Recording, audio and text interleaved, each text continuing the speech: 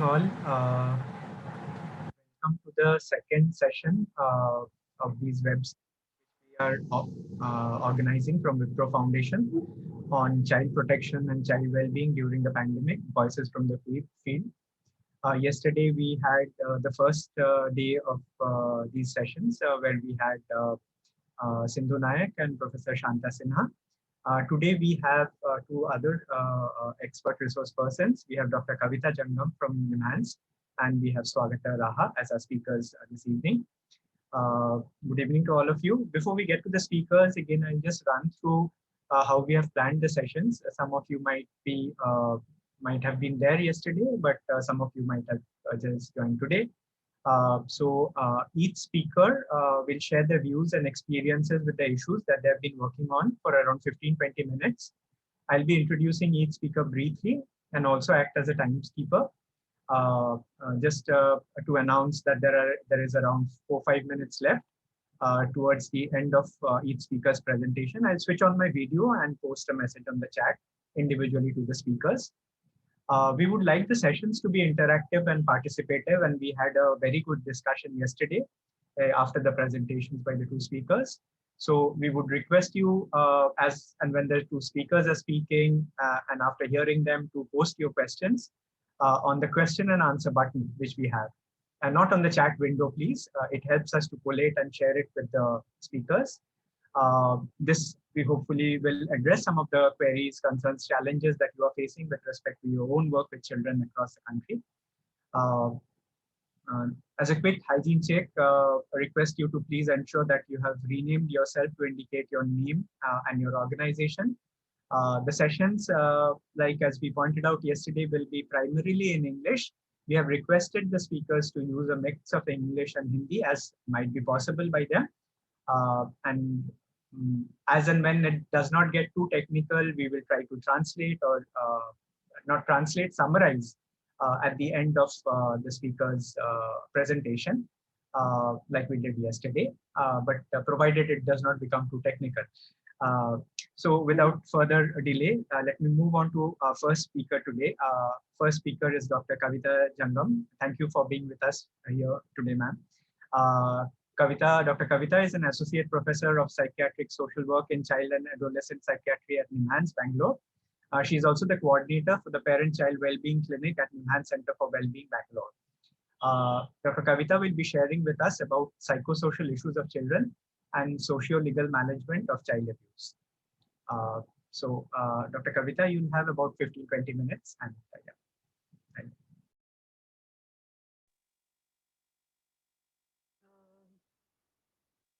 Good evening to all, and I thank the organizers for inviting us as a resource person for this particular program.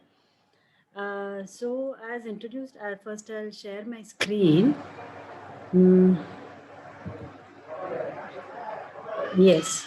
There is nothing much in my presentations because I wanted to share more of our experiences of what are the psychosocial problems that we see among children who come with child abuse, and how we do the social legal management of child abuse.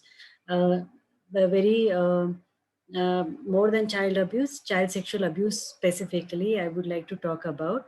So as introduced, I'm a faculty of psychiatric social work in NIMHANS, and I have been posted in child and adolescent psychiatry.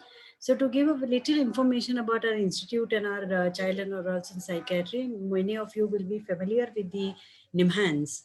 So NIMHANS is the National Institute of Mental Health and Neurosciences, which is very famous for mental health interventions all over India. I mean, this is one of the most important organizations which is largely involved in policy making, designing interventions, designing policies, participating in the laws, discussions, and those kind of things whenever it is concerning to mental health.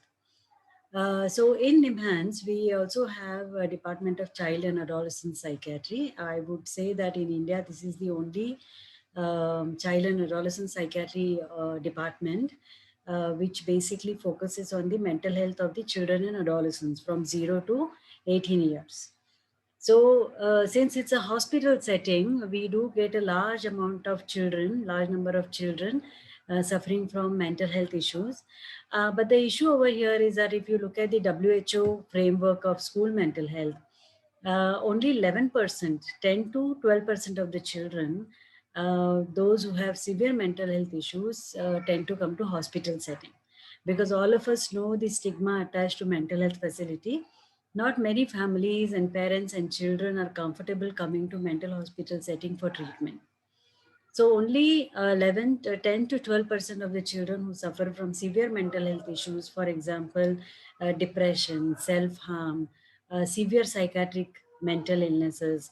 So these children come to us for treatment when parents really find it difficult to manage them, and they require medications and therapy support.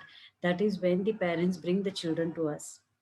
But if you see, there are almost about 35% to 40% of the children back in the community who have significant psychosocial problems. Okay. What I mean by psychosocial problems is basically children,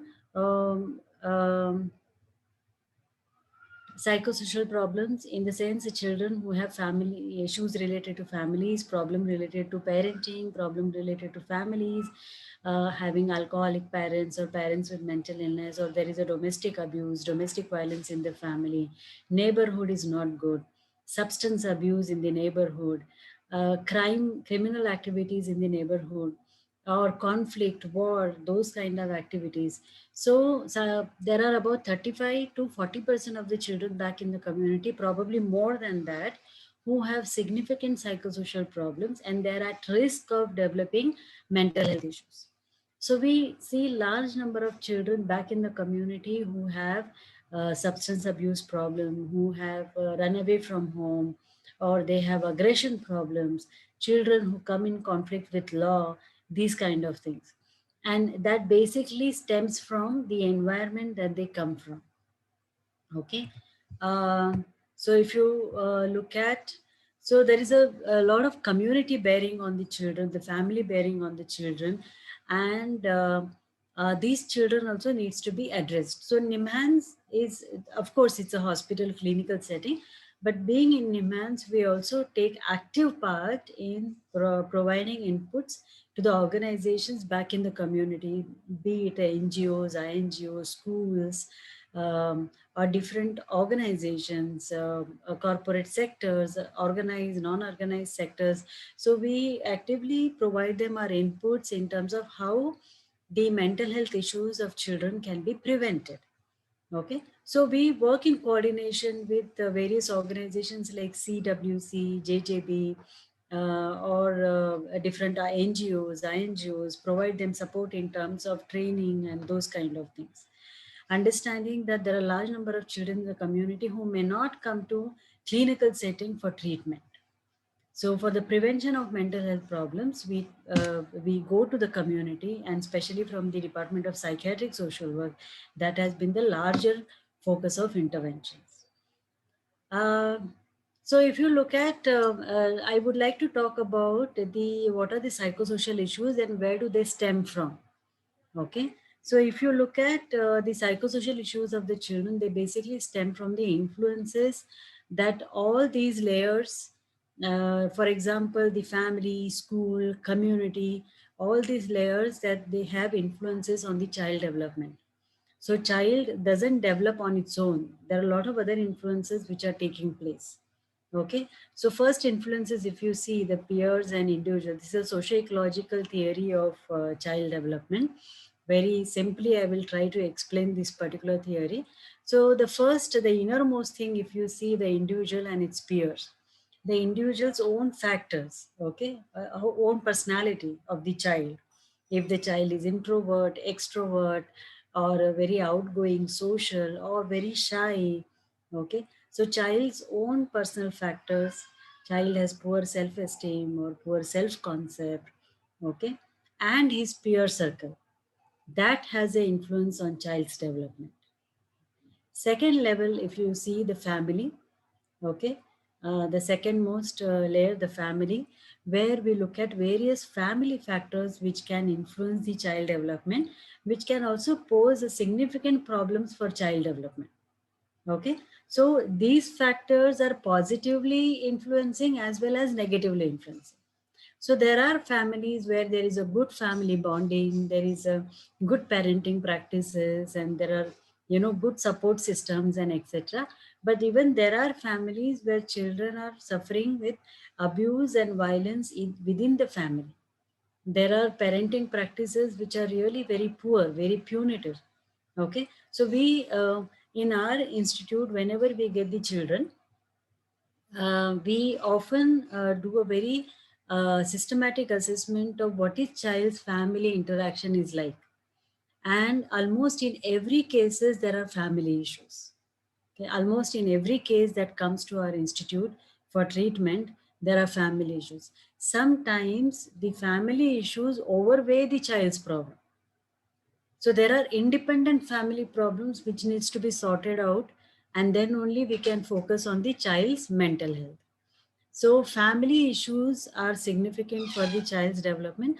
I can give you an example where there is a marital conflict between the parents. The marital conflict is there from the time of their marriage itself. Okay. And now, after the arrival of the child, the marital conflict has become more worse. And this marital conflict also gets shown on the child. So child becomes the victim of parental problems. So if you see the children who are in custody dispute, that means the parents who have divorced and the child, they are fighting for the custody of the child. So there itself you can see the kind of trauma that the child is likely to go through. Okay, because of the custody battle between the parents. So we do get cases of this nature also, right? So in this situation, so there is a need to address family rather than working with the child, right? So family requires more attention as compared to the child. So family can be a positive influence as well as negative influence. So the family bonding, family's expectations.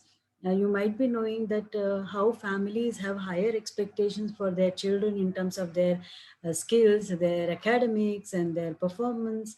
So families expectations sometimes can be a negative force for child and child's development.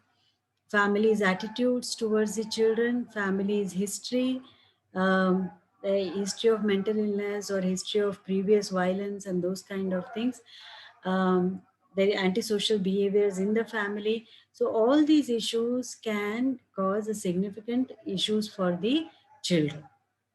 The third level, if you see, schools. Okay. Now, schools, of course, they are a very good social agent, I mean, socializing agents for the children, we say, and they are the second most important. After family, the second most important circle for the child is the school. Now, because of COVID, all our children are at home without these schools, and you can see the impact on children for not going to school, right? So similarly, schools also can be positive force as well as negative force. Some of the children have some of the very significant negative memories related to school. For example, abuse by a teacher or bullying, experience of bullying, child having learning disabilities that can add to the child's abusive experiences. So school can be, I mean, of course, all the children have large number of positive memories, happy memories with the school, and there are few children who have suffered because of the school. Okay. At the third level, if you see the larger community, society, community, that also has an influence on the child development. Okay. So, for example, if you see, there are communities where there is a lot of tension, where there is a war and conflicts. For example, if you look at Kashmir and those kind of places, you'll see so many adolescents with a lot of aggression. Okay. So that is, where does that come from? That basically comes from a community where there is a lot of tension and conflicts and war, that kind of a situation, isn't it? So community also can pose a significant psychosocial issues for the children. So we do get children who are into substance abuse, very young children, like a 10-year-old and 9-year-old. And when we sit with them and explore their psychosocial context, we understand that they have been used by their community people. I mean, there are some older boys in the community who use these young children for duck peddling and those kind of things. And invariably, these children are into substance abuse, right? So the community also can pose significant danger to the children's life. Okay? So this socio-ecological theory of development, child development, if you look at, it basically throws light on every aspect of child's development, every aspect of child's environment that influences the child development. I will be taking the question answers after I finish another 10 minutes of my talk. And if you look at this particular thing, so the developing brain, now we are looking at the brain, we looked at the development, we are looking at the brain now. So many children tend to develop psychological and psychiatric problems. And yes, everyone has the vulnerability of developing mental health problem, everyone. But that also depends on the environment, the biological factors that the person comes from. For example, if you see, if you take an example of child abuse, child sexual abuse. Child sexual abuse by incidents, if you go, India has reported almost 53% of the children reported sexual abuse incidences. All the children have a mental health problem? Not necessary, right? So among these 53% of the children, probably 10% of the children will develop a mental health problems. That is what research shows. Why these 10% of the children are developing problems and not the remaining 40% of the children? Okay, what is difference in them? When you look at the background of these children, the 10% of the children who have developed the psychological problems or psychiatric problems, you can see that there might be biological insults, for example, insults during the birth of the child, harsh environmental factors. That means the child must be having punitive environment at the background. There must be other genetic factors. That means a mother or father might be suffering from depression or anxiety, those kind of things. Difficulty with academics, this 10% of the children might have difficulty with academics, might have some subtle developmental issues which are not explored. So, so these are the factors can lead to mental health problems in children. So 40% of the children who are remaining, they might have a good family background, a good family support, might have a good personal qualities in terms of extrovert or outgoing, outspoken children who are able to discuss and share their problems, have a very supportive environment, understanding parents, good academic background. So these are the children who may not develop mental health problems even though they have experience of sexual abuse, right?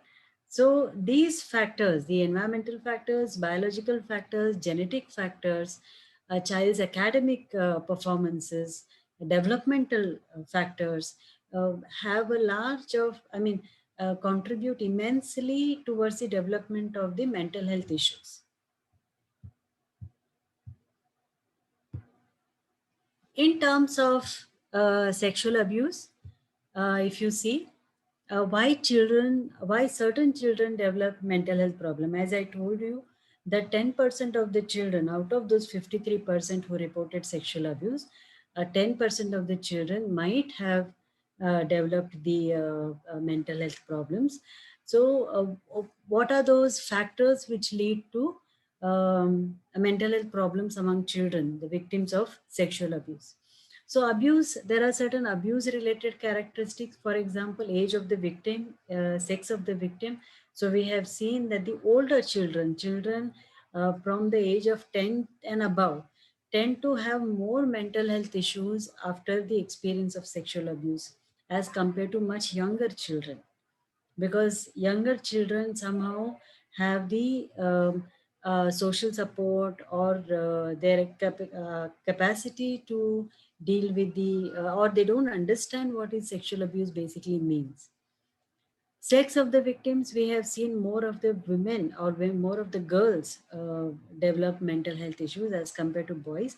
Boys also must be having mental health problems. The problem is that boys don't report. Boys don't report sexual abuse itself, right? Reporting mental health problem after sexual abuse is again a very rare kind of situation.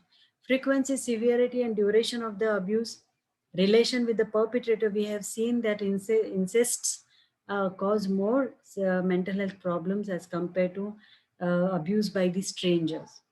There are certain environmental factors. For example, child has been institutionalized after the abuse, right?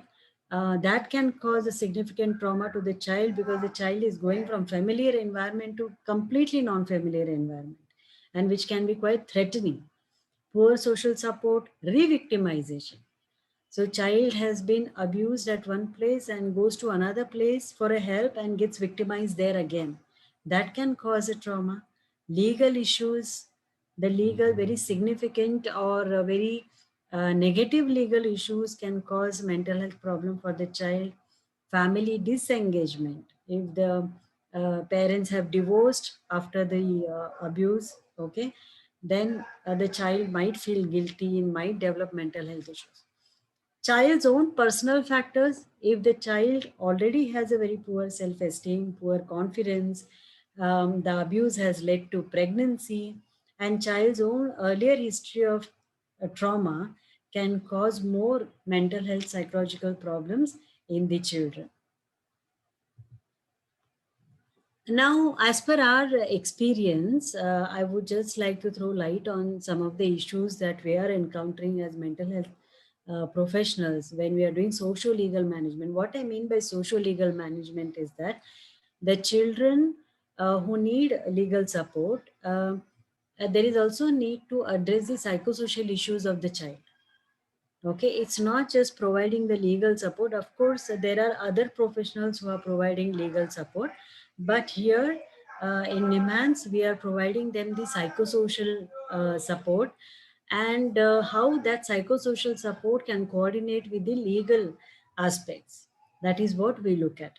So we do get children referred by the courts, referred by the police for mental health assessment and the social assessment, and we provide the documentation to the court and police so that it supports the child in the interventions. So one of the significant issue that we are facing right now is the mandatory reporting under POCSO Act, that is Protection of Children Against Sexual Offences Act. This is a very significant problem, I would say, that we are facing.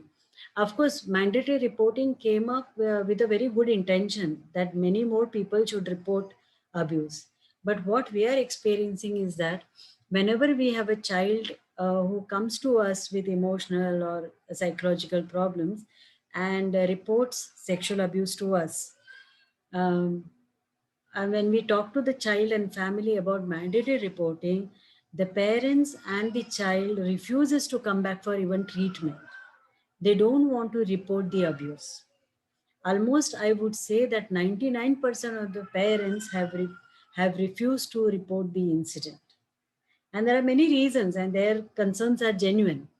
I can share one case report. We had one 17-year-old, about 16, yeah, 16, 17-year-old girl from a very conservative Muslim family. And she was abused, sexually abused by a doctor during the consultation. This child developed a significant anxiety and she was brought to us by her father. While discussing with us, child revealed this experience to us, experience of sexual abuse. Now, on listening to this experience, we definitely have to talk to her about mandatory reporting. But father and the child refused to report the incident and they got so scared. I mean, father would come every day to OPD fearing that we will report the incident.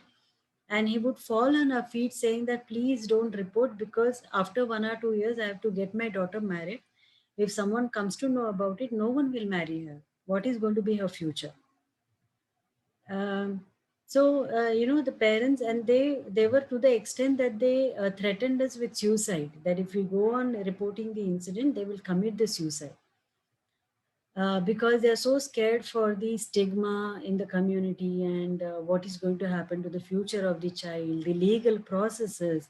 They know how harsh the legal processes are. The case might go on for years together. Till then, the child may not be able to do anything. With all these fears, parents don't want to report the incidences, almost 99%. The major problem is that the parents don't come back only when we talk to them about mandatory reporting. So the child's treatment also is not completed. And that is our major worry. Even mandatory reporting is not our major worry, but child has to get treated, child needs a support. That also parents don't allow, fearing that we will go ahead and do the reporting. So mandatory reporting has become a major issue. I get calls from the counselors asking that my client has reported sexual abuse. What should I do? Should I go and report? But my client doesn't want. What the counselor's role is.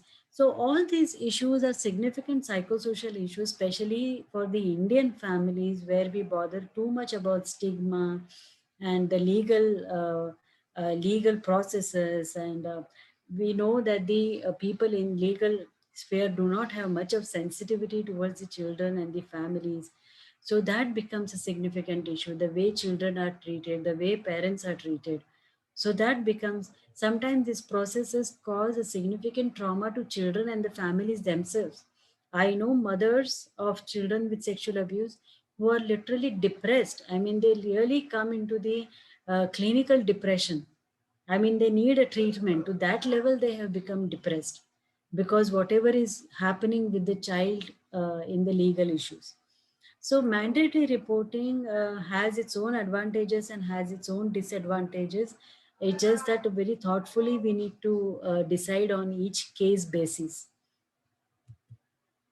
Secondary victimization. This is another issue we have been experiencing with our children. Many of our children have reported insensitive handling by various people such as police, judiciary, medical, when children go for medical examination. I mean, one of the mother has,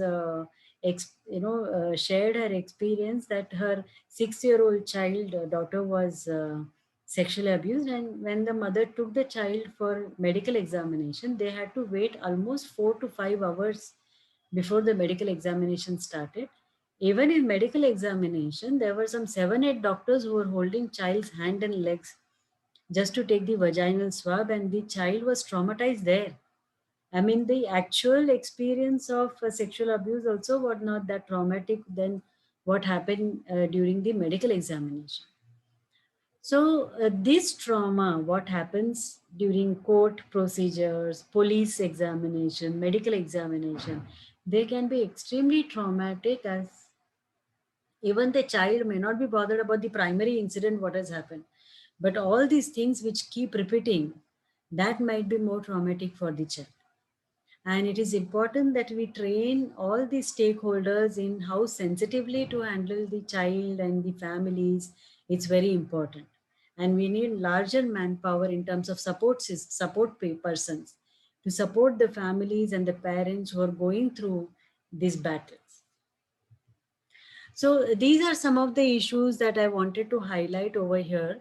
As far as our role is concerned as mental health professionals, our primary role is to provide the treatment and support to the children who are affected by sexual abuse or any form of abuse.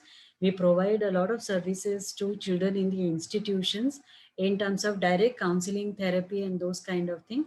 We have a clinic called Swatantra Clinic in Nimhans, which basically caters to the needs of children who are in difficult circumstances. That is, children who come from the institutions referred by CWC, JJB, and all that. So our primary role is to provide support, treatment, therapy to these children. Second is providing the documentation as and when required by the judiciary, courts, police, supporting, helping them to supporting the children. So that is our secondary role. But the first role, always for the child, what is in the best interest of the child. That is our first role. So I would like to end my presentation here, very brief one. I would like to take more question and answers so that I know what exactly the participants want. Okay. So I end my presentation here. Thank you. Thank you, Dr. Kavita. What we plan to do, Dr. Kavita, is basically have the second speaker also share. Swagata is there. So after she finishes, we'll have the question and answers together after. Hello? Generally. Dr. Kavita? Yes, yes. Sorry, in between something happened. I couldn't hear you. No, I was saying that we generally do the two presentations together and then have the question at the end. Yes. Fair enough. Yeah, no problem. Thank you. Thank you. So we'll move on to Swagata, next speaker for today's session. Swagata Raha is the head of the restorative practices team at Enfold India. She has authored books and articles on juvenile justice, laws on child sexual abuse and child protection issues. Swagata will be speaking on grievance redressal mechanism and authorities for issues of child protection today. Over to you, Swagata. Thank you so much, Rahul. Good evening to everybody. I have a PPT. Kavita, may I request you to stop sharing your screen? Yeah, thanks. So सभी को नमस्कार. मैं कोशिश करूंगी हिंदी में भी बात करने के लिए, और मेरे स्लाइड्स इंग्लिश में है और मैं कोशिश करूंगी कि मैं हिंदी में बात करूं ताकि जो इंग्लिश में कंफर्टेबल है वो स्लाइड्स पढ़ सकेंगे, और जो हिंदी में कंफर्टेबल है मैं बात करके समझाने की कोशिश करूंगी। तो आज जो मुद्दा मुझे दिया गया है वो है ग्रीवेंस रिड्रेस मैकेनिज्म्स। कौन से अधिकारी है, प्राधिकारी है जो कि बाल संरक्षण के मुद्दे से जुड़े हुए हैं, और उनको हम उन तक हम कैसे पहुंच सकते हैं और कब। हमारा कॉन्टेक्स्ट जो है आज हम देख रहे हैं कोविड-19 का, और हम सभी समझ पा रहे हैं कि कोविड-19 बहुत ही अलग तरीके से सभी को इम्पैक्ट कर रहा है, खास करके हमारे बच्चों को। अगर हम मीडिया की खबरों को देखें तो फिलहाल शायद एक ही मुद्दे पे बहुत सारी बात हो रही है कि किस तरह से बच्चे अभी अनाथ हो रहे हैं अगर उनके माँ बाप कोविड के शिकार हो जाते हैं।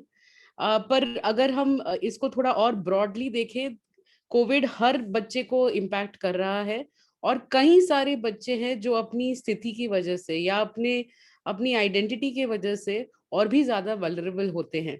मैं कुछ एग्जांपल्स यहाँ पे दूंगी। ये लिस्ट एग्जॉस्टिव नहीं है, केवल एक लिस्ट है हमें याद दिलाने के लिए कि हम किसी भी बच्चे को पीछे नहीं छोड़ सकते हैं। We cannot leave any child behind. So even when we are in the course of our work, where we live our communities, can we be conscious of the way in which COVID has impacted children? There are children जो कि अभी बाल संस्थाओं में रह रहे हैं, child care institutions में रह रहे हैं, और उनकी स्थिति कैसी है, क्या वहां पे सभी साधन हैं जिससे कि वो सुरक्षित रह सके। बहुत जल्दबाजी में बच्चों को इन इंस्टीट्यूशन से छोड़ा भी जा रहा है, क्योंकि कोर्ट का आदेश है कि आप जल्द से जल्द कोशिश कीजिए कि इन इंस्टीट्यूशंस को खाली किया जाए और ये कम से कम बच्चे को यहाँ पे रखा जाए। पर क्या हम देख रहे हैं किस हालात में उस बच्चे को घर वापस छोड़ा जा रहा है। हम जिस संस्था में काम करते हैं, हम कई सारे बच्चों से हमारा नाता है, हम उनसे बातें करते हैं जब वो इंस्टीट्यूशन में थे, और जब उनको छोड़ा गया हम पा रहे हैं कि वो वापस उसी स्थिति में जा रहे हैं जिसकी वजह से उन्हें सिस्टम के अंदर आना पड़ा। कुछ बच्चे ऐसे हैं जो घर वापस नहीं जाना चाहते थे क्योंकि वहां पे घर पे वायलेंस था, अब्यूज था, या उनकी एकदम अनबन थी अपने माँ बाप के साथ, लेकिन फिर भी उनको जोर जबरदस्ती वहां पे भेजा जा रहा है वापस। लड़कों को अगर हम देखें, कई मात्रा में हमने पाया कि कोविड के चलते बहुत सारे ऐसे लड़के हैं और लड़कियां भी जो कि विधि से विवादित होके सिस्टम में अंदर आ रही हैं, जिन्हें हम कहते हैं child in conflict with the law. These are children, we are finding that COVID has pushed certain families to the brink of to the brink of poverty. They have nothing to eat.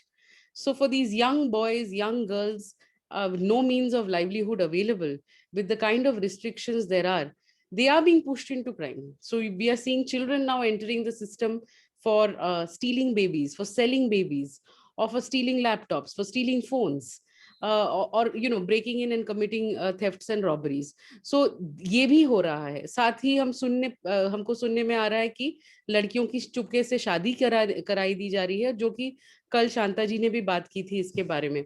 ऐसे भी बच्चे हैं जो refugee camps में रहते हैं, जिनके पास कोई भी आईडी प्रूफ नहीं है, जिनके माँ बाप के पास कोई भी आईडी प्रूफ नहीं है. तो उनके राइट्स का क्या, उनको कैसे ट्रीटमेंट मिलेगा, या उनके साथ अगर कुछ भी होता है तो वो किस तरह से एक्सेस कर पाएंगे.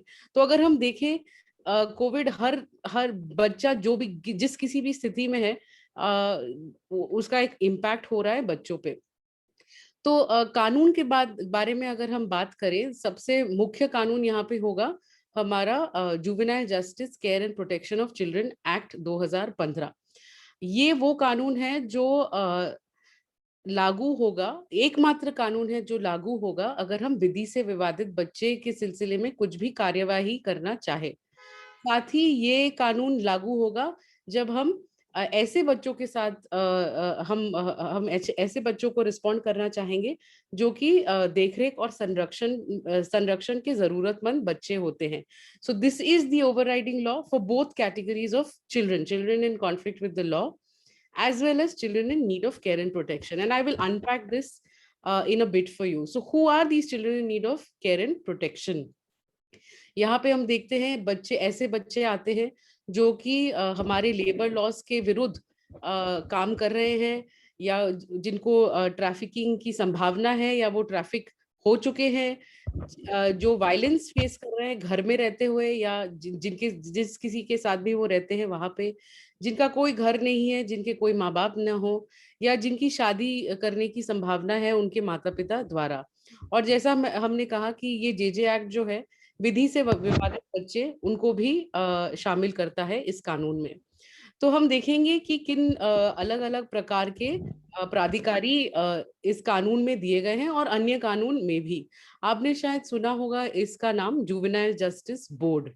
तो ये है एक अथॉरिटी जहाँ पे 3 लोग बैठते हैं, एक मैजिस्ट्रेट होता है, 2 सोशल वर्क मेंबर्स होते हैं, और उनके कार्य क्षेत्र में आता है जो बच्चे विधि से विवादित है. और ये जो भी ऑर्डर्स पास करते हैं, उनका उद्देश्य है बच्चे का रिहैबिलिटेशन, बच्चे का रीइंटीग्रेशन. उस उद्देश्य से वो काम करते हैं, और उनके सभी ऑर्डर्स बाइंडिंग होते हैं, मतलब बाध्य होते हैं, उनको मानना अनिवार्य है. दूसरी तरफ है बाल कल्याण समिति, चाइल्ड वेलफेयर कमेटी. इसका जिक्र कल भी हुआ था. ये भी एक अथॉरिटी है, इसके भी ऑर्डर्स बाइंडिंग होते हैं. और यहाँ पे आप देखेंगे 5 लोग होते हैं, एक चेयरपर्सन होता है, और 4 अन्य लोग जो कि सोशल वर्क मेंबर्स कहलाते हैं. अलग अलग उनकी स्पेशलाइजेशन होती है. और ये दोनों बॉडीज, जेजेबी और सीडब्ल्यूसी, दोनों बॉडीज मल्टी डिसिप्लिनरी होती है, क्योंकि कानून का ये मानना होता है कि जब हम बच्चों के बारे में बात करते हैं, ये जरूरी है कि हमारा जो लेंस हो वो केवल एक नैरो लीगल लेंस न हो. हम जैसे कविता जी कह रही थी, एक साइकोलॉजिकल एंगल भी होता है, एक सोशल एंगल भी होता है, और उसको ध्यान में रखना जरूरी है. तो सीडब्ल्यूसी जो है वो children in need of care and protection, उनके देखरेख के लिए सभी ऑर्डर्स जारी करते हैं. फिर है डिस्ट्रिक्ट मैजिस्ट्रेट. जैसे कि आप परिचित होंगे डिस्ट्रिक्ट मैजिस्ट्रेट से, ये एक आईएएस ऑफिसर, ज्यादातर आईएएस ऑफिसर ही होते हैं. एग्जीक्यूटिव रोल होता है उनका, उनके कार्य क्षेत्र में आता है किस तरह से लॉ एंड ऑर्डर बनाए रखे. लेकिन हमारे बाल संरक्षण से संबंधित उनका थोड़े और भी उनके रोल्स हैं, जैसे कि वो देखेंगे कि किस प्रकार से ये चाइल्ड वेलफेयर कमेटी अपना काम निभा रही है, इनकी पेंडेंसी क्या है केस की, और अगर किसी को भी शिकायत है चाइल्ड वेलफेयर कमेटी के किस तरह से वो काम कर रहे हैं, या किस तरह से वो हैंडल कर रहे हैं चीजें, तो वो डिस्ट्रिक्ट मैजिस्ट्रेट को कंप्लेन कर सकते हैं. साथ ही डिस्ट्रिक्ट मैजिस्ट्रेट जो है, सीडब्ल्यूसी द्वारा अगर कोई भी स्पॉन्सरशिप का ऑर्डर दिया गया हो, या फॉस्टर केयर का या आफ्टर केयर का, उनके खिलाफ अगर कोई भी अपील दर्ज होती है, वो डिस्ट्रिक्ट मैजिस्ट्रेट के पास आती है. डिस्ट्रिक्ट मैजिस्ट्रेट को prohibition of child marriage act के अंतर्गत ये भी अधिकार दिया गया है कि वो कोई भी बाल विवाह रोक सकते हैं या उसे प्रिवेंट कर सकते हैं। फिर आते हैं हम कोर्ट के पास, जो है कि स्पेशल कोर्ट्स या चिल्ड्रंस कोर्ट्स। ये एक जुवेनाइल जस्टिस बोर्ड या चाइल्ड वेलफेयर कोर्ट के ऊपर होते हैं। यहाँ पे एक सेशंस जज को स्पेशल कोर्ट की घोषणा की जाती है, और इनके कार्य में आता है सभी जो मामले हैं जो कि यौन शोषण के, सेक्सुअल ऑफेंसेस, उसके ट्रायल का जो भार है वो इस स्पेशल कोर्ट के ऊपर या चिल्ड्रंस कोर्ट के ऊपर है। ये अपील्स भी सुन सकते हैं। अगर कोई भी जुवेनाइल जस्टिस बोर्ड या चाइल्ड वेलफेयर कमेटी के डिसीजन से नाखुश है, तो वो उसका अपील यहाँ पे दर्ज कर सकते हैं चिल्ड्रंस कोर्ट के पास। और चिल्ड्रंस कोर्ट ऐसे मामलों के साथ भी डील कर सकता है, जैसे आपको शायद मालूम होगा कि निर्भया कांड के बाद कानून बदला, और अब संभावना ये है कि अगर कोई बच्चा 16 से ऊपर है, if any child is above the age of 16 and is accused of a heinous offense, there is a possibility that this child can be tried as an adult. So if, when this child is tried as an adult, the child is sent to a children's court. फिर है, अगर आप देखें, judicial magistrate, जो कि निचली स्तर के कोर्ट माने जाते हैं, और इनके पास आते हैं ऐसे अपराध जिसकी सजा बहुत ज्यादा नहीं होती है, 3 साल से या 7 साल से ज्यादा सजा अगर नहीं होती है। तो ये जो मामले देखते हैं वो है ऐसे मामले जहाँ पे कल हम लोग बात कर रहे थे अडॉप्शन की। तो जैसे अडॉप्शन किया गया है, अभी जो मैसेजेस आ रहे हैं कि यहाँ पे 2 लड़कियां हैं, कोई लेना चाहेगा, तो ये होगा adoption without following the procedure of law. तो ये जो मामला है ये जुडिशियल मैजिस्ट्रेट के पास जाता है। या बच्चे के सेल, या बच्चे को काम पे लगाना लेबर लॉ के विरुद्ध, या बच्चे के खिलाफ कोई भी क्रूरता करना, ये जुडिशियल मैजिस्ट्रेट जो है इंजंक्शन भी पास कर सकते हैं बाल विवाह को रोकने के लिए। ये स्टेटमेंट्स भी रिकॉर्ड करते हैं, जो भी बच्चे होते हैं यौन शोषण के शिकार, उनके स्टेटमेंट्स की रिकॉर्डिंग भी जुडिशियल मैजिस्ट्रेट द्वारा होती है, और ये जो ऑर्डर्स पास करते हैं ये भी बाध्य होते हैं। फिर है डिस्ट्रिक्ट कोर्ट, जो कि सिविल मैटर्स देखते हैं, और ये रेलेवेंट है क्योंकि आज का हमारा जो सिनेरियो है हम देख रहे हैं, जहाँ पे अगर बच्चे अकेले हो जाते हैं, माँ बाप कोविड की वजह से या कोई भी और बीमारी की वजह से अगर वो गुजर जाते हैं, what happens to that child's property, what happens to that child's right to access dues that are parents dues or salaries or whatever money that the parent is entitled to। तो यहाँ पे आता है डिस्ट्रिक्ट कोर्ट। डिस्ट्रिक्ट कोर्ट के पास ये अधिकार है वो कि वो बच्चे का कोई भी गार्डियन नियुक्त करे।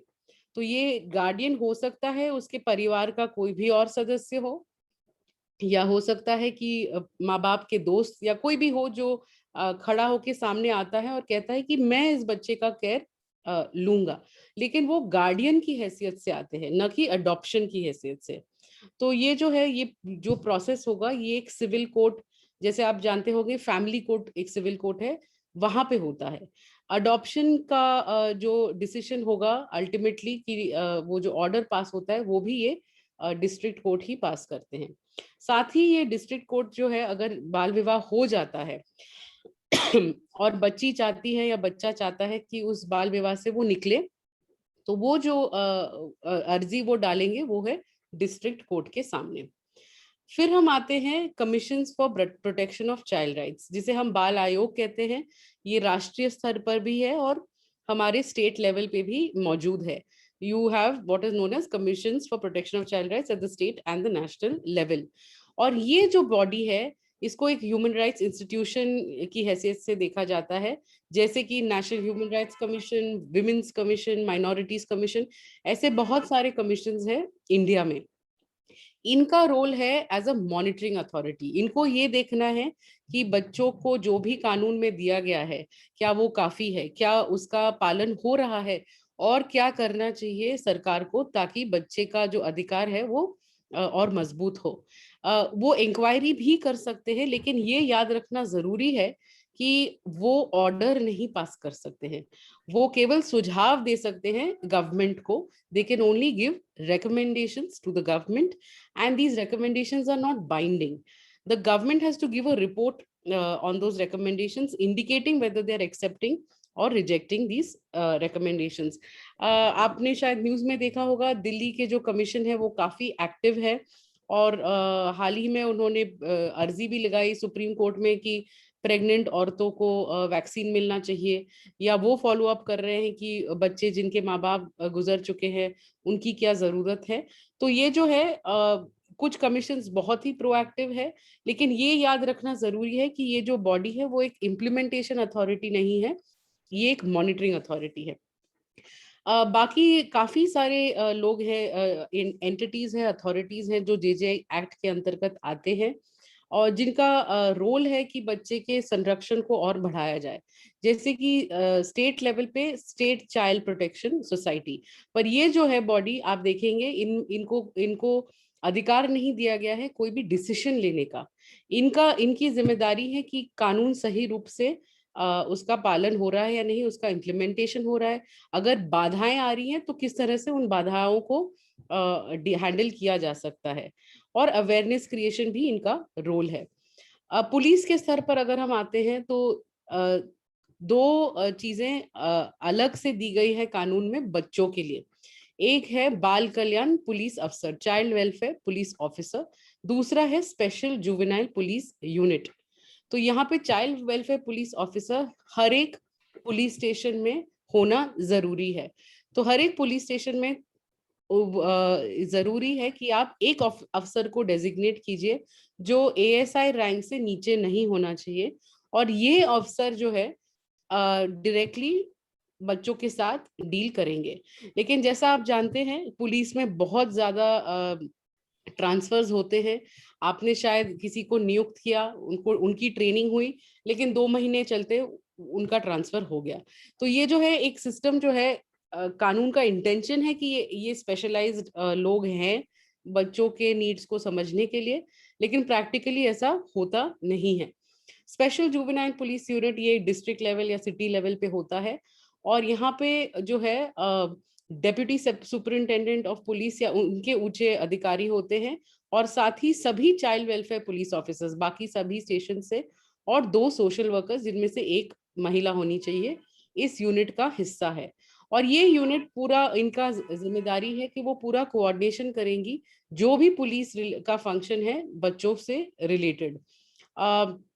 फिर है चाइल्ड लाइन सर्विसेज. ये आपने कई बार सुना होगा 1098. It is a 24-hour emergency outreach service, and this is a nodal agency of the Ministry of Women and Child Development. So जैसे हम कहते हैं कोई भी मैटर आपको आप पाते हैं किसी बच्चे को, अबैंडन बच्चा है या विकलांग बच्चा है, कुछ भी नहीं कह पा रहा है, कुछ समझ नहीं पा रहा है, आपको समझ में नहीं आ रहा है कि आप इसकी मदद कैसे करेंगे, आप 1098 को तुरंत फोन कर सकते हैं. अगर 1098 does not respond, of course call the police. फिर है डिस्ट्रिक्ट चाइल्ड प्रोटेक्शन यूनिट, और इनका भी जैसे एससीपीएस का स्टेट लेवल पे का भार है, इनका है डिस्ट्रिक्ट लेवल पे इम्प्लीमेंटेशन को कैसे बनाए रखे. और इनका ये भी रोल है कि वो एक डायरेक्टरी बनाए हर डिस्ट्रिक्ट में कौन सी संस्थाएं हैं, बच्चों को रिलेटेड कौन सी सर्विसेज हैं, कौन से सर्विस प्रोवाइडर्स हैं, और किस तरह से ये भी आइडेंटिफाई करे कि हमारी कम्युनिटी में ऐसे कौन से परिवार है जो कि जोखिम में है, या ऐसा हो सकता है कि वो बच्चा जो है वो ट्रैफिक हो सकता है, या उसकी शादी करा दी जा सकती है, या वो क्राइम में आ सकता है. तो उनका एक प्रोएक्टिव रोल है ये करने के लिए. तो अब बात आती है कि हम कब जाएंगे इस सिस्टम के पास. तो कोविड के चलते ये बहुत कंफ्यूजन हुआ है. मीडिया में भी ऐसी मैसेजेस आ रही हैं, या तो कह रहे हैं कि ये ऑर्फन हो गया है बच्चा, कोई इसे गोद ले लो, या हो रहा है कि ये ऑर्फन हो गया है, आप जल्दी से इसको सीडब्ल्यूसी के पास भेज दो. तो कानून क्या कहता है? कानून कहता है कि अगर आपने किसी बच्चे को पाया जिसे देख के आपको लगता है कि ये खो चुका है, या इसे किसी ने छोड़ दिया है, या वो ऑर्फन है, और साथ ही इसका कोई फैमिली सपोर्ट नहीं है, ये जो बच्चा है वो स्टेट के देखरेख का बच्चा बन जाता है, और इसको आपको सिस्टम के सामने ले आना होता है. So a child who is abandoned, lost और orphan and is without any family support. Child does not have parents and no one is willing to take care of this child. Child is at risk of marriage, working in contravention of labor laws, or is staying with somebody. And जैसे मैंने कहा, हमको लगा हो आप COVID, one thing that COVID has done is that it has exposed how weak our systems are, be it the health system or be it the child protection system. Because if we just look at a comparison of 2019 में कैसे cases आ रहे थे और 2020 में कैसे cases आ रहे हैं, schools बंद होने का एक ये भी disadvantage है कि जो complaint का एक system था, या आप टीचर को जाके बता सकते थे कि मेरे घर में ये हो रहा है मेरे साथ, या पड़ोस में ये हो रहा है, तो एक रिपोर्टिंग सिस्टम इनफॉर्मल या फॉर्मल जो भी आप कहेंगे एक था, पर अभी जो है वो नहीं है. So how do you reach out to children who are in situations of violence? It is a question for us as a community. What do we do in the spaces that we live in or we work in? How do we ensure that the community remains vigilant about its children? कल disability की भी एक बात उठी थी, तो यहाँ पे ये देखना जरूरी है कि कानून कहता है कि बच्चा अगर डिसेबिलिटी है कोई किसी बच्चे में, और साथ ही कोई नहीं है उसको देखभाल करने के लिए, या उसके पेरेंट्स मौजूद है लेकिन वो भी उसका केयर नहीं कर पा रहे हैं, तो ये कुछ सिचुएशंस हैं जहाँ पे बच्चा जो है should be brought to the child protection system. तो आप किसके पास जा सकते हैं? 1098, police, district child protection unit. आप खुद, जैसे कल कहा गया था, आप खुद इस बच्चे को चाइल्ड वेलफेयर कमेटी के सामने ला सकते हैं. अभी because of COVID some of the child welfare committees are not necessarily sitting in person, लेकिन उनके मोबाइल फोन नंबर्स आपको मिल जाएंगे वेबसाइट पे. अगर आप अपने स्टेट के district women and child development के वेबसाइट पे जाएंगे, आपको सभी डिटेल्स मिल जाएगी चाइल्ड वेलफेयर कमेटी की, या आप ministry of women and child development के वेबसाइट पे जाएंगे तो हर एक स्टेट के हर एक डिस्ट्रिक्ट के डिस्ट्रिक्ट चाइल्ड प्रोटेक्शन ऑफिसर के नंबर्स आपको मिल जाएंगे. तो दीज आर सम थिंग्स, अगर आप काम कर रहे हैं कम्युनिटी में, ये आप अपने साथ रख सकते हैं, और फैमिलीज को भी आप दे सकते हैं कि ऐसे हालात में आप इनको अप्रोच कर सकते हैं. चाइल्ड केयर इंस्टीट्यूशन, हो सकता है कि लोग 1098 नहीं जानते हैं, या वो पुलिस के पास नहीं जाना चाहते, पर उनको मालूम है कि उनके मोहल्ले में एक इंस्टीट्यूशन है जहाँ पे बच्चों को रखा जाता है, तो वहां पे भी वो जाके बच्चे को दे सकते हैं कि ये बच्चा मैंने पाया यहाँ पे इस स्थिति में, आप प्लीज इसको ले लो. फिर उनकी ड्यूटी बनती है कि वो CWC को कांटेक्ट करें और बताएं कि इस हाल में ये बच्चा हमारे पास आया है. और लास्ट में NGOs working on child rights, अगर आपको जानकारी है तो आप उनको भी कॉल कर सकते हैं. तो जब ये बच्चा आता है चाइल्ड वेलफेयर कमेटी के पास, उनके पास क्या क्या उपाय होते हैं?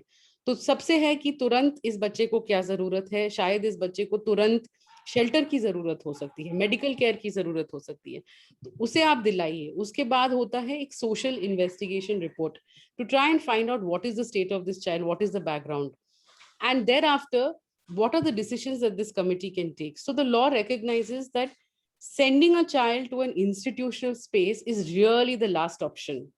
First option would be to ensure the child remains in a family setting, in a family care, provided it is in the best interest of the child. If the family is posing threat, then yes, the child needs to be removed और कहीं और safe जगह उनको रखा जाना चाहिए. तो सबसे पहले होगा कि इस बच्चे को हम फैमिली तक पहुंचा सकते हैं या नहीं. फिर होगा कि मान लीजिए अगर family is not a safe place, या दोनों members of the family are in the hospital, कोई और नहीं है, क्या इस बच्चे को किसी फिट योग्य व्यक्ति के साथ रखा जा सकता है? क्या ये फिट पर्सन रिलेटिव हो सकता है, एक नेबर हो सकता है, या कहीं भी कोई भी एक वरिष्ठ व्यक्ति हो सकता है जिसकी पूरी क्रेडेंशियल्स वेरीफाई हो चुकी है, जिसका कोई पुलिस रिकॉर्ड न हो, तो बच्चे को उनके पास टेम्पररी बेसिस पे भेजा जा सकता है. हो सकता है कि इस बच्चे की कोई दादी है जो उस बच्चे को लेने के लिए राजी है, लेकिन उनको खुद अपने लिए देखभाल के लिए पैसे नहीं है. तो सिस्टम से कानून में दिया गया है sponsorship. Sponsorship can be offered to this grandmother so that she can take care of this child. Then also the concept of a fit facility. अभी जो है हम देख रहे हैं, हो सकता है इस बच्चे को कोविड के चलते may need medical care and may not have family. So this child may be shifted into a COVID care center or to any other center, a space where this child can access education or health services. Then the option is of declaring the child legally free for adoption. This is also one of the last resorts. One would exercise all attempts at placing this child in the family or supporting the family to take care of the child. If none of that works out, is when the child can be declared legally free for adoption, और ऐसे बच्चों को specialized adoption agencies में भेजा जाता है. फिर है foster care का option, और last होता है बच्चे को किसी भी children's home में रखना. मैं इस बात से एंड करना चाहूंगी कि कुछ जो है हमारे, खासकर हमारे कोविड के सिचुएशन को देखते हुए जो अपराध हमें ध्यान में रखना है. एक है कि अगर हम किसी भी बच्चे का डायरेक्ट अडॉप्शन करते हैं बिना प्रोसेस का फॉलो किए, तो वो एक कानूनी जुर्म है. 3 साल तक सजा हो सकती है, 1 लाख का फाइन, और दोनों सजा और फाइन भी जुड़ सकता है. किसी भी बच्चे को खरीदना या बेचना वो भी एक अपराध है. और तीसरा, अगर आप रिपोर्ट करने से चूकते हैं, आपको कोई बच्चा मिलता है जिस देख के लगता है कि वो खोज गया है या वो अनाथ है, कोई भी फैमिली सपोर्ट नहीं है, ये अनिवार्य है कि आप इनमें से किसी एक को ये बात बताए. Child line, police, CWC, DCPO or a registered child care institution. And if that is not done, it is an offense. I want to leave you with this poem that has been written by one of the children our team worked with. He is a child in conflict with the law. ये एक विधि से विवादित बच्चा है. And इसे पढ़ के ये हमें याद दिलाता है कि how much more we have to do for our children. And while all these systems exist, all these authorities exist, we still are not able to do what we need to for our children. I'll just read it out. He's written it in Hindi. We have an English translation that follows. ये अपना न्याय है. न्याय क्या है भाई, न्याय कैसा है भाई, जो करता है वो भुगतता है, जो नहीं करता है वो भी भुगतता है, ये अपना न्याय है. कानून की आंखों पर जो चादर काली, हो गई गरीब की जब जेब खाली, जमादार हवलदार सब पैसा खाए, पर गरीब न्याय के लिए बस ठोकर खाए, ये अपना न्याय है भाई. So that I'd like to end here. Thank you. Thank you very much, Swagata. Dr. Kavita, may I request you to also switch on your video? We can move into the open question and answer session. We already have a few questions, and as my colleagues have been posting on the chat, please forward your questions and post your questions on the Q&A button, not on the chat preferably, and we can take them up in the sequence in which they come. So the first question which we have is for Dr. Kavita. This is from Nirmal in ECAS Foundation in Chennai. So it's a long question, and Nirmal asks, given the prolonged disruption to schools and economic disruption and the prospect of continued school closure, काफी दिनों से बंद है, one, what is that can be done for children's mental health and well-being in the community or out of school environment to help them cope with child labor, abuse, trauma, anxiety? इसके लिए क्या किया जा सकता है? Second question is, what can be done to help to improve the awareness of the community on mental health issues? ये दोनों सवाल.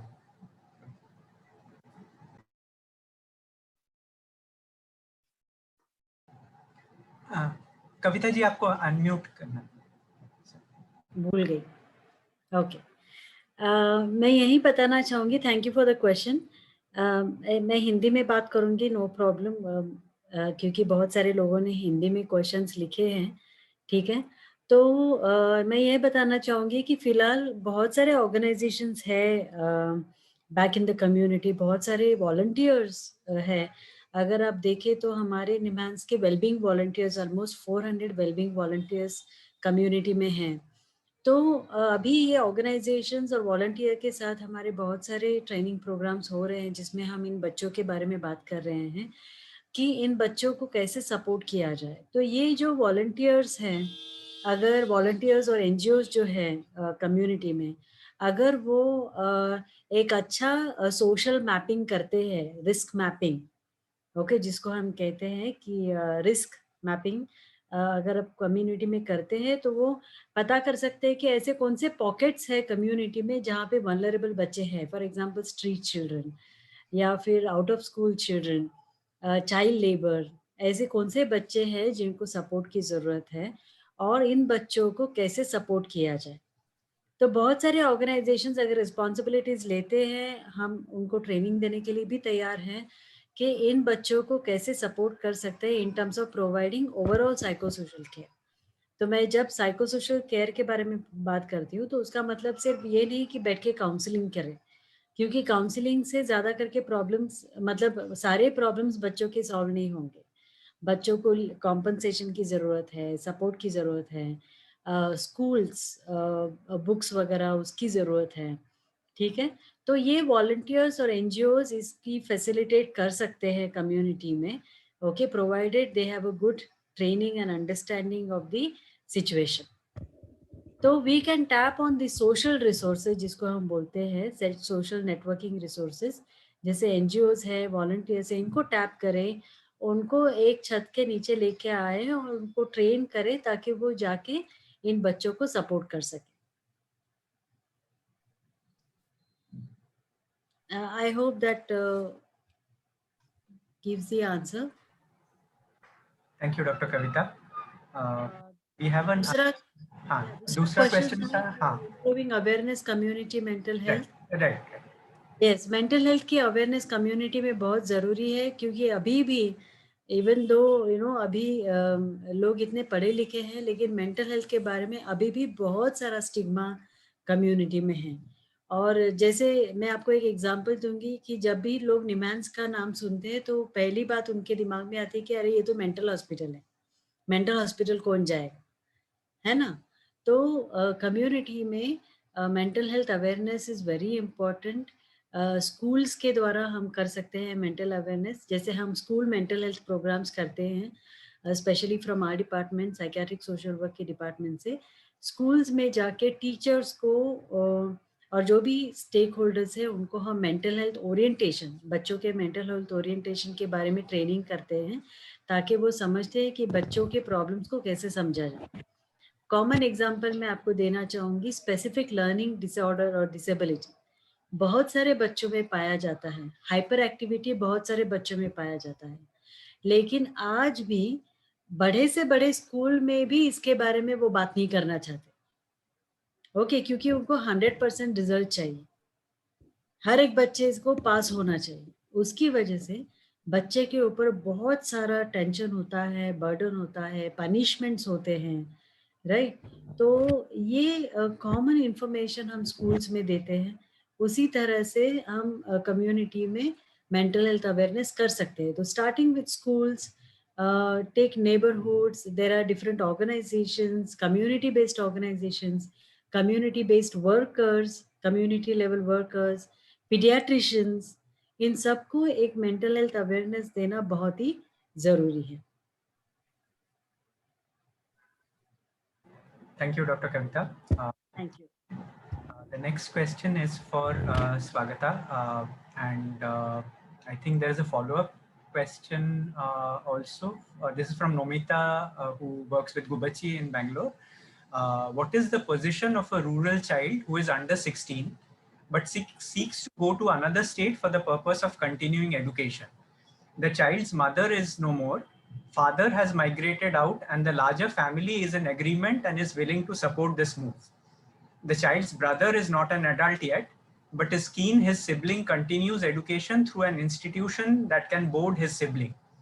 In the current scenario, what is the child's right to seek education in this manner in another state? And given that childcare institutions are being directed to send children back, how much of a chance does the above case have in getting a legal approval? Thanks for that question, Nomita. I feel like the answer is going to be a complicated one. And I have more questions for you as well. Because in this situation, you've mentioned that the father has migrated out. uh, does it mean that the father is no more in the picture in this child's life, who has stepped in as a legal guardian? Uh, the other thing is with respect to seeking education in another state. Now, had this been our kid or my kid, I mean, it's up to me to decide which state I would want my child to go and access education. There are many children who access education in residential institutions, but here, this case, I think the uh, the factor that has to be considered is who really is the legal guardian of this child. Is it possible for this child to access education within that same state, so as to ensure that there is contact with that extended family? Because once that child moves to another state, one is assuming that contact is going to become difficult. What is the nature of the institution in which this child is going to live in?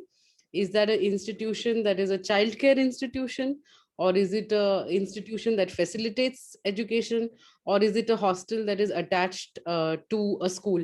So the legal framework is distinct, I think would be distinct for each of these situations.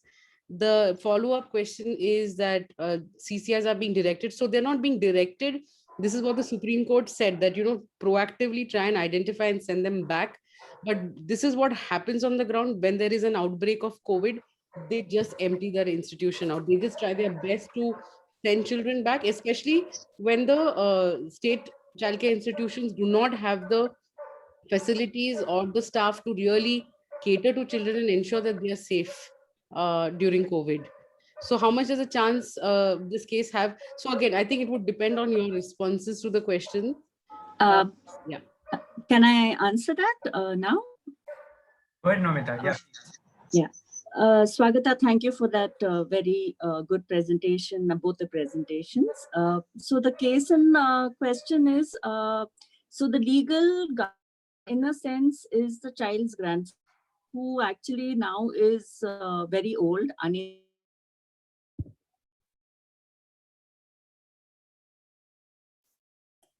that kind of a situation.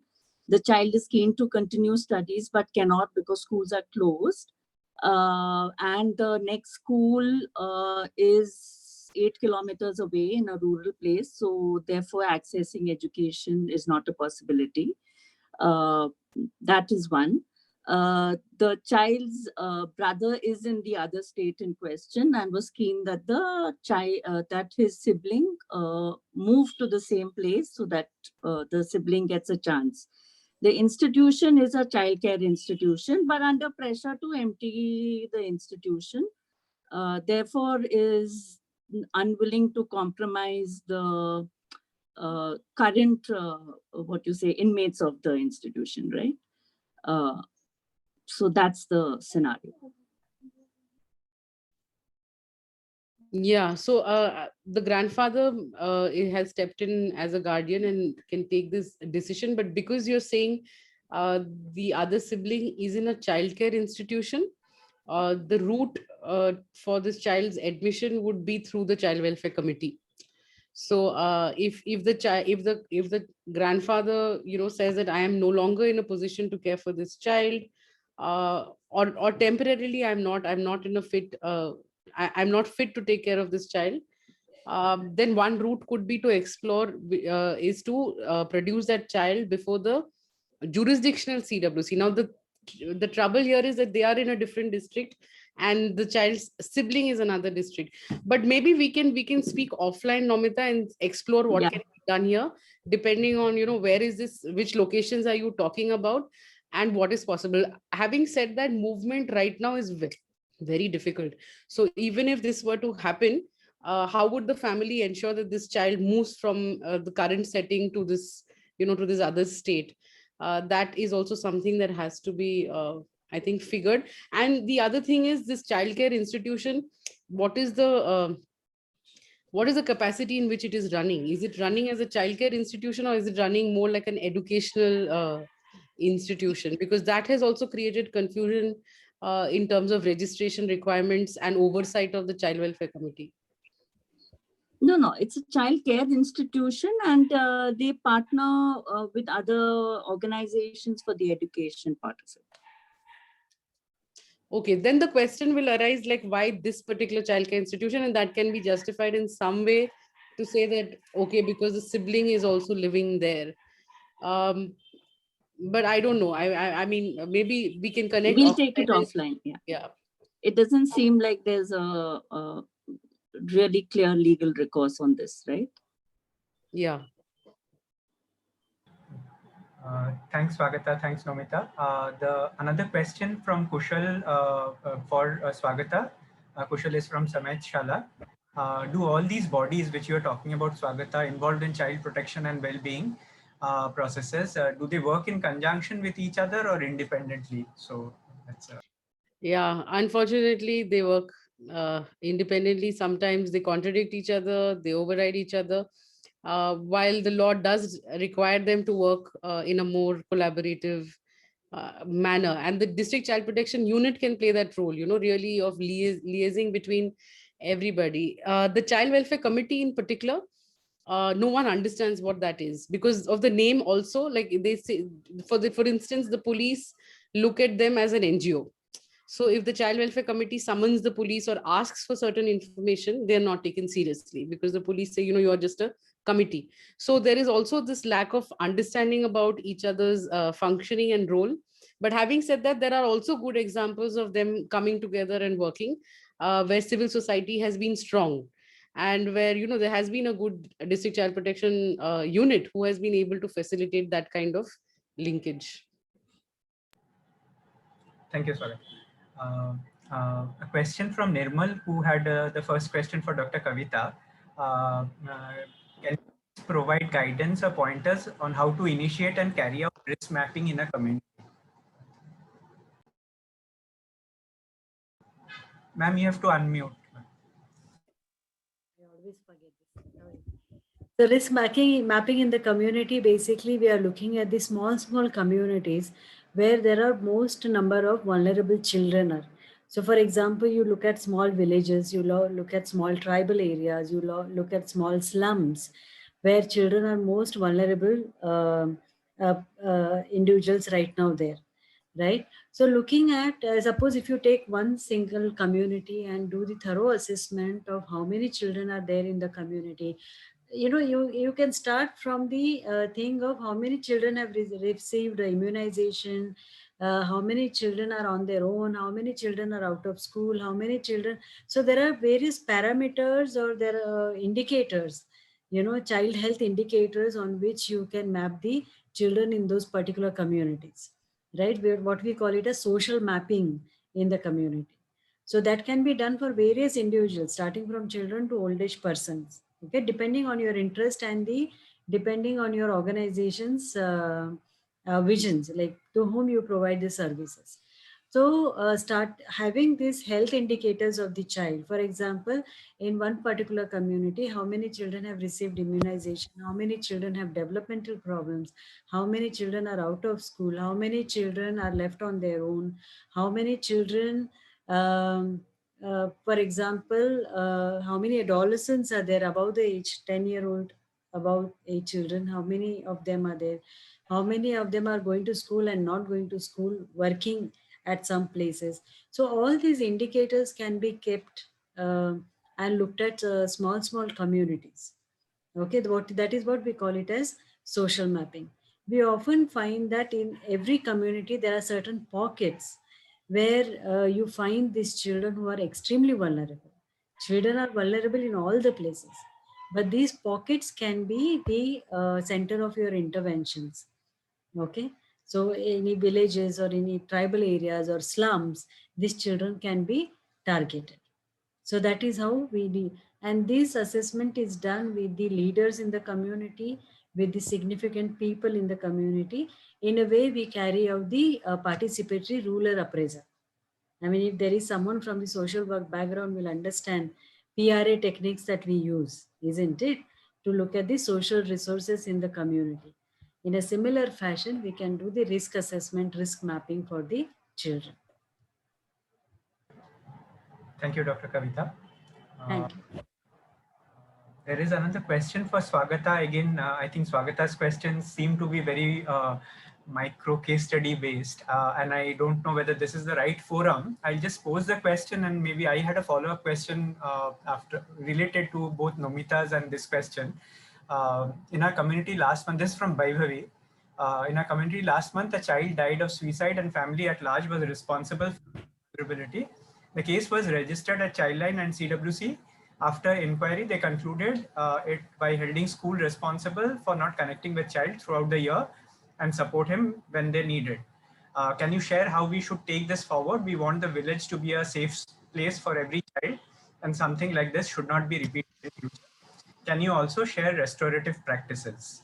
Yeah. I had some question about are there forums, Swagata and also Dr. Kavita, where say individual micro case studies like this, incidents that are coming up, are there online forums or helplines which address this on an individual basis ongoing? So that's it.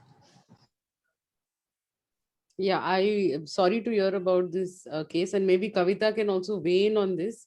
But just in terms of technicality, if this is a suicide, I mean, the CWC and Childline are not investigating authorities, so they cannot, really arrive at a conclusion as to who has to be held responsible for this. It has to be by the police, and there has to be like an inquest. So, just in terms of the technicality there, but leaving that aside, I think it's lovely that you're bringing in restorative practices, because we do need more open and inclusive communities where children feel safe to express themselves, where their voices are heard. And we also need to engage with the adults and not see them as, villains in the piece. So how do we do that? And restorative practices just gives us tools to be able to build those spaces. And I can share with you that there are examples of its application in villages in Madhubani, and the results have been very promising. This is the work of Leher, uh, an organization based in Delhi, and there is also an article where they have written, I think they've shared some of their community intervention piece, of which this is also a small part. I mean, the community intervention piece is much bigger. uh, and I can definitely share that with you, with Rahul, and then it can be shared. And to your question, Rahul, are there forums? There may not, for individual cases. I mean, Enfold just recently, we have started what is called as multidisciplinary case conference, where anybody is welcome to bring a case to us. And we're essentially looking at cases of child protection. And we will bring together the experts in that area, and usually we bring together a multidisciplinary team. So it will be somebody from mental health, it will be somebody from law, it will be somebody from a child welfare committee, somebody from education, so that we are able to look at the issue of that child in a very holistic way. And the frame is that of best interest. So how do we really unpack that? That is something that we do. Yeah, and I'm not really aware of which could be the other forums. We do have forums, but those are closed networks. We do have networks working on child protection, where people do share cases and we respond. Dr. Kavita, you want to add something to that? Yes, I mean, we have the NIMHANS has the helpline right now for the COVID related mental health issues for all over India. Similarly, similar to that, Samvedna by Dr. Shekhar Seshadri, that is another helpline specifically for children who have mental health issues, psychological or psychosocial issues. We can contact them. So there are these two helplines right now. Who are I can't hear you, ma'am. there are these, you are able to hear me now? Yeah. So there are these two helplines. One is NIMHANS helpline. You can find it on the NIMHANS website. And then there is Samvedna by Dr. Shekhar Seshadri and his team, basically to address the psychosocial issues of the children. Okay, so these are the two forums where we are receiving plenty of calls, COVID related issues, and there are plenty of psychosocial issues. People are reporting violence, people are reporting interpersonal issues, child abuse, those kind of things. So this is basically for the COVID related issues for everyone, not only children, for everyone. I just wanted to add to this particular case study which someone Someone has posted here about the suicide of the child. So a lot of assessment is required to understand what has basically gone into the suicide of this child. So only keeping family or school responsible for the whole thing may not be sufficient. You know, we are not going to achieve anything, because definitely whether it is a school or family never wanted the child to commit suicide, right? There are certain factors which basically made this child to use such this kind of a coping mechanism. And there are child's personal factors also, like for example, child is already depressed, or child is having any other mood related issues or something like that, which needs to be assessed, you know. And see, that is the mental health awareness that people should have in back in the community, to understand if someone commits or attempts suicide, it's not just because someone has pushed that person to do that. Of course, that is also one reason, but there are larger other factors which needs to be explored, rather than putting a blame on one particular individual. Thank you, Dr. Kavita. There are a set of questions here. What we can do is, Ruby, you want to come in and then with your question. There's a question, somebody wants to ask a question but has not posted it. Krunal, if you enable Ruby to share her question. Yes sir. Sir मेरा स्वागता ma'am से है कि कई जैसे कि हम लोग we are working in a slum area, we are from Aastha NGO. तो हम लोग हमारे यहाँ अभी 1-1.5 साल पहले मेरे पास एक ऐसे ही केस आया था कि एक बच्ची थी, उसको काफी सेक्सुअली अब्यूज किया जा रहा था उसके पड़ोसी द्वारा, लेकिन उसका पड़ोसी जो था वो थोड़ा पावरफुल था. तो वो लोग पुलिस में रिपोर्ट कराने भी गए, लेकिन पुलिस वालों ने 3-4 बारी में उनको कोई रिस्पांस नहीं दिया.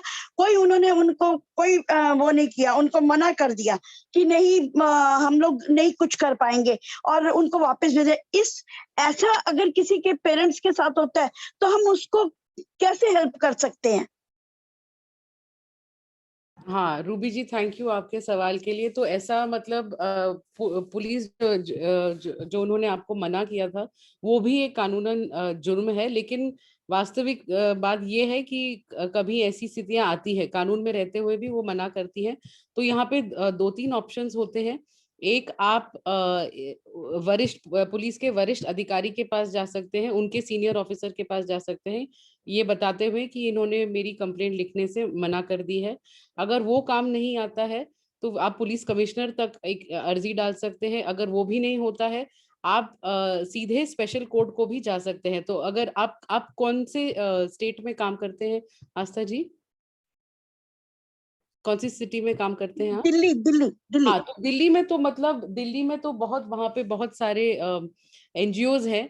और अगर आप जैसे हक सेंटर फॉर चाइल्ड राइट्स है, काउंसिल टू सिक्योर जस्टिस है, उनके वो संस्थाएं जो हैं वो ऐसी ही स्थिति में 3 चीजें करते हैं. एक, वो साइकोलॉजिकल सपोर्ट देते हैं बच्चे और फैमिली को, वो सोशो लीगल सपोर्ट भी देते हैं.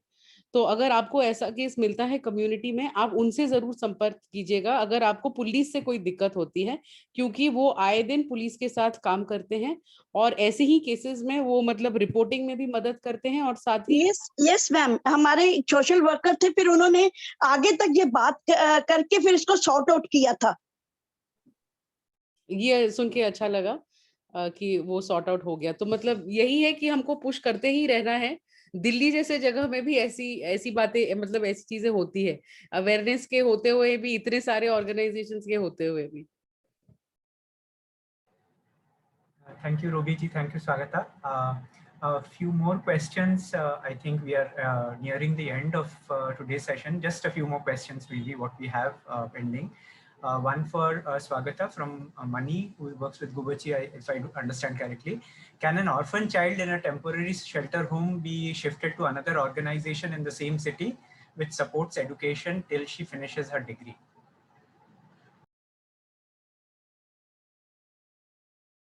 Yes, I mean this it will have to be seen on the basis of whose order was this child placed in that temporary shelter home.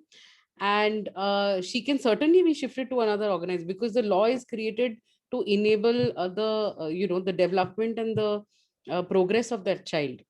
So if that temporary shelter home, and this child also, I'm guessing she's old enough, to be in that place where she can also clearly express herself. So it can be done. I mean, I don't see any problem in doing this, approaching the Child Welfare Committee, because the Child Welfare Committee has the power to amend its order. And it can amend the order to say that, okay, instead of this place, this child will now live in another place. So that can easily be done. Thank you, Swagata. One question for Dr. Kavita, again from Nomita. Following up to the previous question, are there any social mapping tools in the public domain? Can you please direct us to any relevant for urban migrant kind of context in which Gubachi works? Yeah. Yes, the social mapping tools, if you look at the National Family Health Survey and those kind of things, so you can look at the indicators that they have used, and you can use the similar indicators, provided what is the agenda of your organization. So if your organization works with certain population of children, then you can prepare your own checklist to understand your population. So there are tools, there are tools for the risk assessment or social mapping, what we call, but that depends on what exactly you're looking at. For example, National Family Health Survey largely looks at child mortality, child morbidity, those kind of things. And your organization may not be, really working on them. And your organization works mostly on child labor and those kind of things. So then you have to look at the other kind of tools. So best way is to look at the policies of your organization and prepare your own checklist for the social mapping. And that can be done in consultation with various consultants from various fields. Thank you, Dr. Kavita. What we'll try to do also through this series, hope to collate some resources like this and share it also on our platform. I think I will go out on a limb and answer Nirmal's next question. It's directed to Swagata, but we have been discussing this since yesterday's session. Nirmal says, what are the specific laws which detail the different roles and responsibilities for different bodies, authorities in the system? Any map or documents which provide guidance for escalation, redressal in case of failure to respond? So Nirmal, what we were thinking is basically having a kind of a session with Swagata and other resource persons around the basic acts and the laws which are there on child rights, child protection and child safety. Let's see how we can take that forward. Swagata, you want to add anything? Yeah, I think that there are so many laws, and yeah, definitely it would make sense to take this forward. And the roles are also very well described in the law itself. And is there a map or document which provides guidance for escalation and redressal? There are many handbooks that have been written, and I think I can share a list of those resources. One more question from Nirmal. Does appealing to international law work, or in other words, do any international child rights law have binding implications on the local level? Very good question. I think it works. It depends on who your audience is and what their attitude is towards anything international. For instance, with the government, it doesn't work. India is perceived to be so unique that what happens elsewhere or what UNCRC says is sometimes not taken into consideration. In courts, it does help. So if one is fighting a case in court on the point of child protection or child rights, then international standards are taken seriously. Having said that, several of our legislations have been influenced by the UN Convention on the Rights of the Child, like the JJ Act, the POCSO Act. These are examples of legislations that have been created to give effect to the international obligations. I see you typing response to Steffi's question from Samait Shala, but would you like to take that up? Yeah, I will take it up. I was just thinking, in the interest of time, I was typing, but then I can pick it up. Steffi, this is a situation that we see all the time, and at EdFold we have my colleagues Khushi, Suja, there are others as well, who support families during that whole reporting process and thereafter.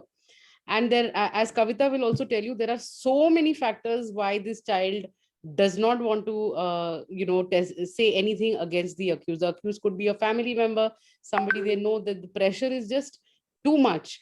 So in these situations, one has to continue supporting this family and child, try and alleviate what fears they may have, see to what extent the state protection that is available in the form of compensation or witness protection can be made available to this child and family. At the end of the day, we have to respect their decision. It is heartbreaking. Sometimes, you have put in all that effort and then that family and child does not go through. But, only they are in their own shoes and we can't judge them for what they do. And above all, the system fails them so much that, we can't expect them to hold on to that zeal of fighting that case. Yes, I agree with Swagata. I mean, there are so many children who really come back from, providing the statement and later they take their statement back because of a lot of familial pressures. And largely, if you see in most of the cases, it is familial pressures. So if it is a brother-in-law, if it is a father, or if it is, some uncle or aunt, very close person, families pressurize so much to the child that even if the child actively wants to legally contest this case, is not able to do that. So knowing our cultural setting, especially India, our cultural setting and our social norms that people follow, CSA is always a very stigmatizing kind of situation here, and people really don't want to pursue it at any cost. So let's not judge these families or this child for doing so. What I mean, as a mental health professional, I would say that I will continue to support the child, whatever is the child's decision, and not forcing the child to do anything what the child doesn't want or put the child into bad mental health shape. So whether it is whatever the law says or whatever it is, the priority is the child. And I think that should be the thing for everyone over here. Thank you, Dr. Kavita, and thank you, Swagata, for being with us today. It was a very, very useful session, and I think the partners also resonated in terms of with their questions and the participation which we saw. Just to remind all of you, and if Dr. Kavita, if you also have time, and Swagata, you have time, we have the concluding part for this week. Tomorrow, we have Bharti Ali as well as Arlene Manoharan. For this session, this series of sessions. Please do join us if possible. And thank you again for sparing your time and being with us today.